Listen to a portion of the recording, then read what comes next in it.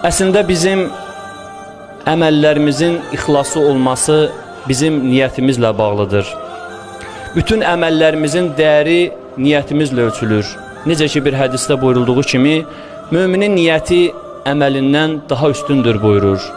İmam Baqir əleyhissalam bu hədisə şərh edərkən buyurur ki, yəni bir mömin ola bilərsin ki, bir xeyir işə niyyət etsin, amma onu həyata keçirə bilməsin, ona nail ola bilməsin, amma düşüncələrinə görə o savabı alsın.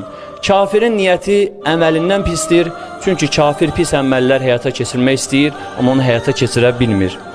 Bəzən bizim niyyətlərimiz bizi əbədi cənnəti qazanmamıza səbəb olur. Bəzən niyyətlərimiz sayəsində adət olan əməllərimiz ibadətə çevrilir.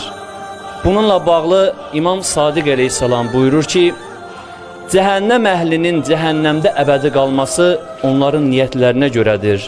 Əgər onlar dünyada əbədi qalsaydılar, yenə itaətsizlik edərdilər.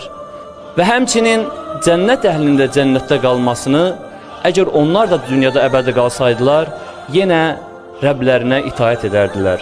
Əziz möminlər, edəcəyimiz bütün əməllərimizi bir sıfıra bənzətsək, niyyətimiz onların yanında olduğu zaman dəyər qazanır, böyüyür.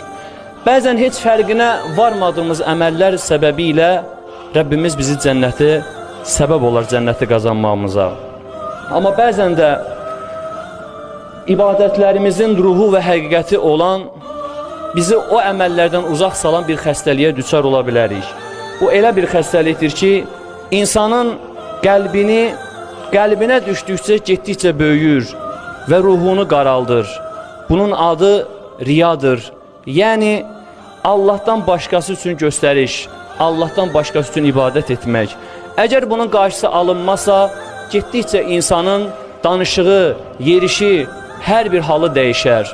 Uca Rəbbimiz Quran-ı Kərimdə buyurur, Bismillahirrahmanirrahim, فَلَا تَزَكُّوا أَنْفُسَكُمْ هُوَ أَعْلَمُ بِمَنِ اتَّقَى Özünüzü təmizə çıxartmayın. O kimin təqvalı olduğunu daha gözəl biləndir. Əziz möminlər, şeytanın işi incə bir hallarla bizim qəlbimizə riya toxumunu səpməkdir.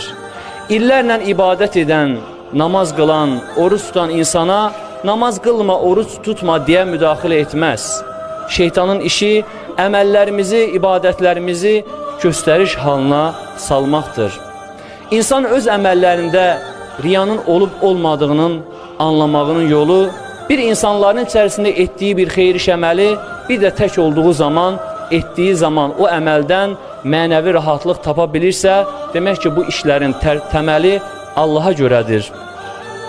Rəbbimiz bizləri bu fani dünyadan axirət dünyasına bağışlamamış, imansız, İslamsız aparmasın.